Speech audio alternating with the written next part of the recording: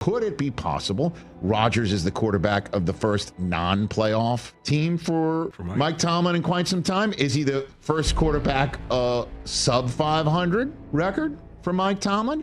Or is he the guy who is, in fact, the quarterback that needs to take the Steelers where the Steelers fans want him to take them, and he is, in fact, that guy? They lost their leading passer, they lost their leading rusher, and they lost their leading receiver this offseason. There's a lot of holes there. Aaron Rodgers fills one of them. The last 3 times that had happened where a team had lost their passer, rusher, and receiver all leading the team, those teams finished 2-15, 3-13, 5-11. That dates back to 2018. The Pittsburgh Steelers have been one of the most consistent and reliable teams over the last decade, but not always for the things that they want to be known for. There's little doubt that Mike Tomlin is a superb coach, highlighted by his incredible run of 18 non-losing seasons, but just one season with over 10 wins from the last 7 and no movement beyond the wildcard round means that pressure is ramping up. Now with an aging roster, the pressure is on to finally execute a deep playoff run. Aaron Rodgers, he's the guy that they've entrusted to help them do just that, but at 41 years old, is this a savvy move or a desperate decision that will only prolong the pain and mediocrity of the Steelers? Well, in today's video, we're going to go over that and many other reasons on why the Aaron Rodgers experiment will fail in Pittsburgh. Now, first of all, before we actually hop into anything, I do want to go over the pros of what bringing a guy like Aaron Rodgers into the building could do for this franchise. For beginners, it's the fact that he is a 4-time MVP who has won a Super Bowl and ironically defeated the Steelers in that big game. Now led by TJ Watt, the Steelers have had a top 10 defense in each of the last 3 seasons since Big Ben's retirement in 2022. And the fact too that Tomlin is still delivering as a top tier head coach, and the Pittsburgh Steelers have just needed a good offense to make them well-rounded enough and a threat in the AFC. Unfortunately for them though, they've kind of had anything but a good offense. Kenny Pickett threw 4,474 yards, 13 touchdowns, and 13 interceptions between 2022 and 2023, proving decisively that he was not the Roethlisberger replacement that Steelers fans had needed him to be. Adding the combination of Justin Fields and Russell Wilson in 2024, which also fell well short despite both players offering occasional glimpses of light at the end of the tunnel. Alas, 4 losses to close out the season meant that Pittsburgh's AFC North title bid faded away pathetically before their all too predictable loss in the wildcard round for the 4th time in 5 seasons. And now look, there's absolutely no denying it that this roster, it's legit and it's very talented, and they have a great coach in Tomlin who's a fantastic head coach. But truthfully, the ceiling was always going to be the wildcard round without a legitimate quarterback. So now in comes Aaron Rodgers. Rodgers certainly brings plenty of experience and quarterbacking IQ to the table, which is exactly what the Steelers do need. He's about as sharp as any quarterback in the NFL when it comes to understanding what the defense is giving him pre-snap and how to target them. And not only that too, but he still showcases plenty of arm talent and the ability to fit the ball into small windows. Rodgers has 3,897 yards, 28 touchdowns, and 11 interceptions in 2024 certainly didn't look bad on paper and would be better than anything produced by a Pittsburgh quarterback in years.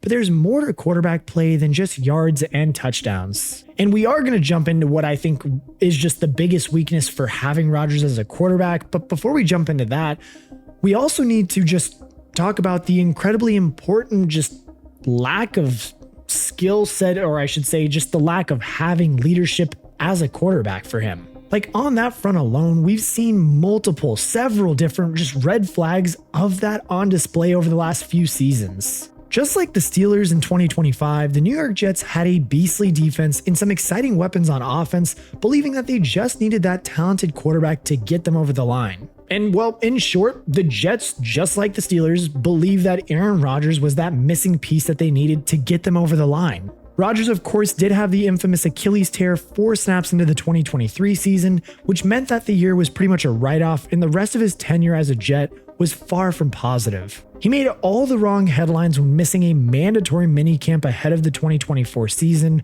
was a constant distraction appearing on Pat McAfee's show, and seemed to have no problems throwing his teammates under the bus. Well, there's two verticals, Allen's down the seam, Mike's down the red line. So I'm looking at Allen, he puts his hand up, 3 guys go with him, so I'm throwing a no look to the red line. And when I just peek my eyes back there, he's running an inbreaker. So it's got to be down the red line. So were you throwing that to come back to it? No, I was throwing it to the red line, but when I got to about here, I realized he was running an inbreaker, so I had to kind of adjust it a little bit. But the play is 2 guys vertical, 1 guy down the seam, 1 guy on the red line. All of this was happening while he was delivering lackluster football himself and absolutely being responsible for plenty of the losses suffered by the team. A big problem for the Jets was that they were so desperate for glory that not only did they welcome Rodgers in with open arms, but they gave him the keys to the operation as well. Rodgers pushed for the hiring of Nathaniel Hackett as offensive coordinator, whose reputation was at rock bottom after an embarrassing stint as Denver's head coach. And then in came other old pals such as Alan Lazard and Randall Cobb, and all 3 proved to be poor signings for the Jets. There were countless other examples of Rodgers rubbing people the other way in New York and generally being a poor leader for the team that so desperately needed leadership. Well, and don't worry, because thankfully, Steelers fans, I don't think that Rodgers is going to have such free reign over this organization as he would like. Tomlin is a far superior and more authoritative head coach than the Jets had in Robert Saleh. He's not going to have any time for Rodgers' antics and will make sure that he falls in line with what the team does demand of him. The real question, though, will be how Rodgers handles his role in the relationship. He's already tested some patience of Steelers fans by dragging his commitment to the team, teasing people with suggestions that he might be joining. Will Aaron Rodgers ever go to the Bears? Oh boy. Security, can we get her out of here? Can you take security? Security, can you take it easy on her on this one? No, but I believe there's a team that might play in Chicago this year. Let's go. On a road trip. I don't know. I'm not sure. Gotta check it out. Are you speaking in code? I love Chicago, though. Way more than they love me. It's been a great relationship, all one way. Rather than simply just signing up nice and early and getting stuck into valuable practice time as early as possible. One person who's really not keen on this idea of having Rodgers around was Steelers legend Terry Bradshaw, who had this to say about the potential Rodgers signing. That is just, to me, is a joke. What are you going to bring him in for 1 year? Are you kidding me? I mean, that's not the Steelers' way, right? No, man, that guy needs to stay in California and go, somewhere and chew on bark and whisper to the gods out there. Unfortunately for Bradshaw, Rodgers, well, he's now signed, but it is absolutely fair to question his commitment to the cause. Pittsburgh is clearly bringing him in for one final push with this aging roster, putting heaps of pressure on the unit to achieve a deep playoff run, and the fact that Rodgers prolonged his joining for the team so much doesn't exactly suggest that he's all in or desperate for glory as his teammates are. After all, we saw in the clip about Mike Williams just how important it is to Rodgers that his teammates are on the same page as him, so surely he wants to be spending as much time with them as possible ahead of the season, especially considering this is a new team entirely for the once great quarterback. Truthfully, this just all is pointing at a very risky signing, and the crazy part too is that we haven't even talked about his on-field play and how concerning that is alone. In 2024, Rodgers had a time to throw of 2.65 seconds, which is the second lowest in his career. This reflects a quarterback who is just not willing to hold onto the ball anymore, too afraid of taking a hit to his 41-year-old body. The combination of age and an Achilles tear just a couple of seasons ago has made him somewhat of a liability if the defense can get pressure on him. Not only does he not want to take a hit, but he no longer has the athleticism that once made him so special.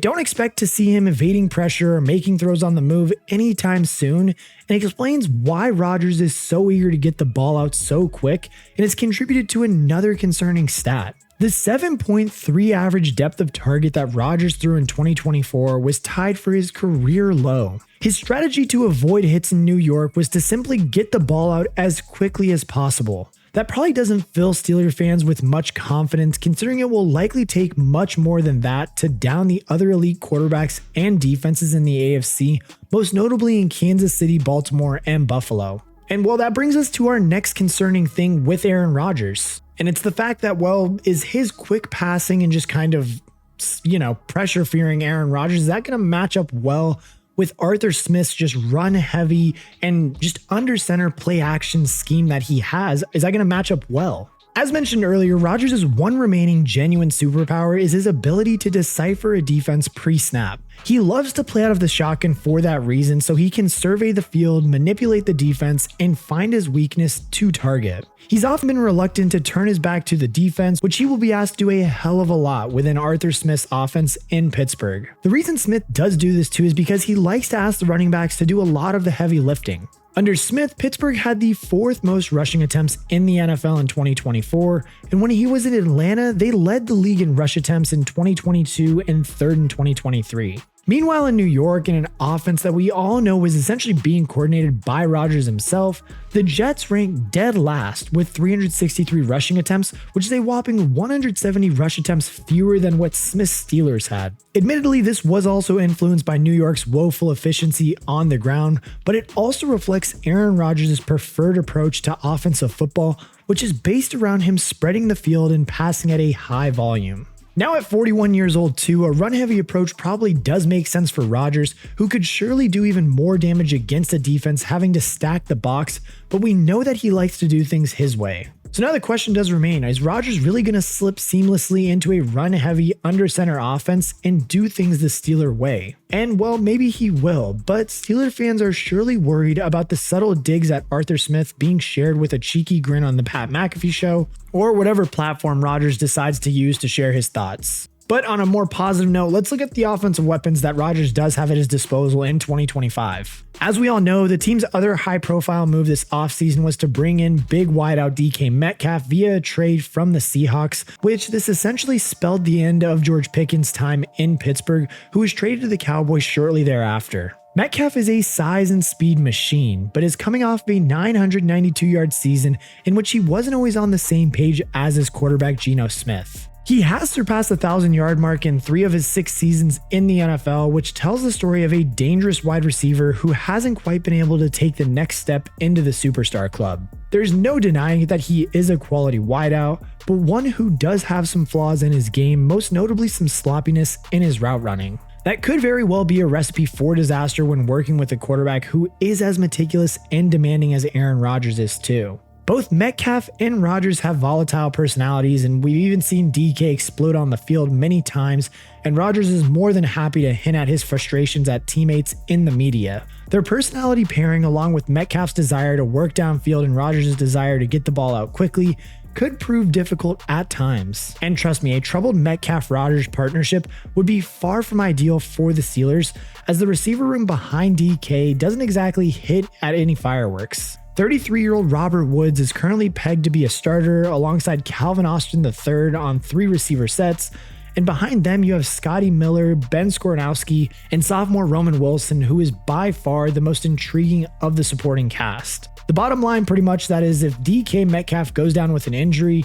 the Steelers are going to be screwed. Pat Freiermuth is definitely still a handy option at tight end, but everything points to this being another run-heavy attack for Pittsburgh. Third-round rookie Caleb Johnson is an exciting replacement for the departing Najee Harris, with Jalen Warren sticking around as a very handy partner of the 1-2 punch. Kenneth Gainwell can also mix in on third downs as a useful pass-catching back, having proved himself several times as good as contributor in Philly. And trust me, there is talent on this offense for sure, but things feel very fragile. The receiving depth behind Metcalf is embarrassing, and a bulk of the running back carries will be going to an unproven rookie. Between those production concerns and the arrival of a polarizing 41-year-old version of Aaron Rodgers, I think it's fair to say that the path to this situation getting ugly is pretty easy to see. Oh, certified ball knowers. Calling all certified ball knowers. It is overtime. We are back. And only if you're a certified ball knower will you be here. Okay? So, as always, if you are here, comment overtime. Hopefully my mic doesn't sound too bad. I'm not using my lavalier mic today. I'm using the shotgun mic, so had to head over to the couch again. I have something in my hand. So, hopefully the audio isn't too bad. If it is, I'll have to re-record, I should say, even if I don't want to, but that's fine, because that's what we're here for. So let me turn this down just a tad. right there. That looks good. So yeah, basically that is my thoughts on what I think is going to happen with the Steelers this year. Personally, for me, I don't think, as you can see by the title and everything we went over in this video, I don't think the Steelers are going to have that great of a season. Will they manage the 9 wins so that way Mike Tomlin doesn't have another losing record? Probably. Yes, probably. But for me, I just don't think that Aaron Rodgers is the shell of a player that he still, or was, I should say. I don't think he is that good anymore. I don't think that he's going to be that good. And I also don't think that he's going to gel well with this team. I don't think that him and Tomlin are going to get along. And I definitely don't think that him and DK, especially if things start going kind of sideways with how I was talking about the average depth of pass, how he's more of a quick passer and things like that, I don't see DK being very happy because DK is more of a deep threat. They brought him in. What my whole thing is with this whole DK Aaron Rodgers situation and just Steelers situation in general is you had George Pickens and DK Metcalf. And maybe I'm missing something, and if I am, then comment it below. But y'all had both of those guys. And that was your problem. You always had George Pickens, but you never had another receiver. Like, then you finally got the other receiver opposite of him. And yes, I know they're both big body receivers that are more of deep threats. You couldn't have made it work, though. That's my thing. And then on top of that, you let Najee Harris go too in the offseason. So now you're like relying on Jalen Warren and Caleb Johnson to be now your new running backs. And I don't know. I'm just kind of thrown off by the whole situation here in Pittsburgh with also you bring in Rodgers on a 1-year deal. You have no quarterback. Yes, you have Will Howard, I guess, and Mason Rudolph. But like after Aaron Rodgers this year probably retires, even though we all know he's going to cause some drama. He'll probably, go play for the Vikings for a season, or I don't know. He's going to do something stupid because it's Aaron Rodgers. And then what are the Steelers left with? They're left with Will Howard and Mason Rudolph and a 9-8 record. Let's say they win 9 games, a 9-8 record. Good job. You're in the middle of the draft now. Are you going to trade up to go get a quarterback you want in next year's draft? Are you going to tank? Or like, what is the... I just don't see the end result here with what the Steelers have, what their game plan is for the future, winning now. They don't have a roster really to win right now. Like, they sort of do, but they sort of don't. Like, I'm just really confused by the Steelers as an entire organization right now. But if you can, let me in the comment section know, what do you think is going to happen with them this year? Give me some predictions of Rodgers and DK. What are their stat lines? How are they going to do as well? Because I'm very concerned, and I mean, not concerned, I should say. I'm just like kind of baffled because I'm not like that threatened by them. Like, the entire AFC North got better. Yes, you have the Bengals that are still dealing with some of their defensive issues, but overall, it's the Bengals. They're going to be good because they have Joe Burrow, and their offense is absolutely a nightmare to play against. Like, let me take a drink of water real quick. Like, I just don't see them, like, they're third place. They're the third best team in that division by a long shot, too. Like, the Baltimore Ravens should win that division. I'm not saying they will, but they should. And then you have the Bengals, who should make the playoffs again. They should have made it last year. They're going to be good again and should make the playoffs. And then, again, yes, the Steelers probably should be third. I mean, last year was just kind of a lackluster year with Russ and Justin Fields and that whole organization, truthfully, So those are my thoughts. Honestly, I'm also kind of concerned with the offensive identity. I don't really know if Arthur Smith has built what he wants to build because, like, he's more of a play action kind of guy, and Rodgers isn't as mobile as he used to be. And then on top of that, too, you also have, not really a running back stable, but you do. So I'm still kind of confused there, but not to mention their O-line is completely just, I don't even know what to call it. It's not in shambles, but it's also very young and not really that put together. So I'm just very confused on what the goal here, the end goal is with the Steelers game plan here. So let me know in the comment section below. I mean, yes, their defense is good. They still have TJ Watt. They still have Minkah Fitzpatrick. Like, that defense is going to be able to hold it down. That's what they do every single year. That defense is what holds them down. But they kind of almost need to flip the script and get the offense going because they haven't been able to get it going for the past, several years, 5-6 years or something. So They definitely got to turn it around since Big Ben retired is what I should be saying. But you know what I meant. Besides that, too, I'm looking at my notes. They also have a tough-ass schedule. They have, obviously they play in the AFC North, so they're going to play the Bengals, Ravens, and Browns all twice. I'm not saying the Browns are going to be tough to play, but it's an in-division game. Those are always tough to play.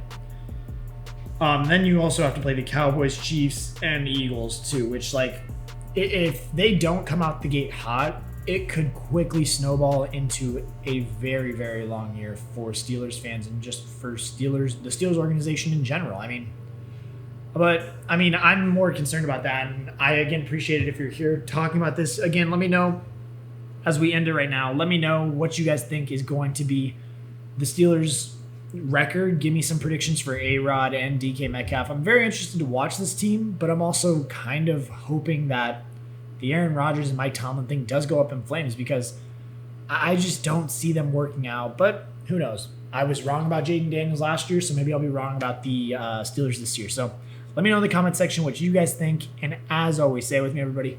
I'll catch y'all in the next one.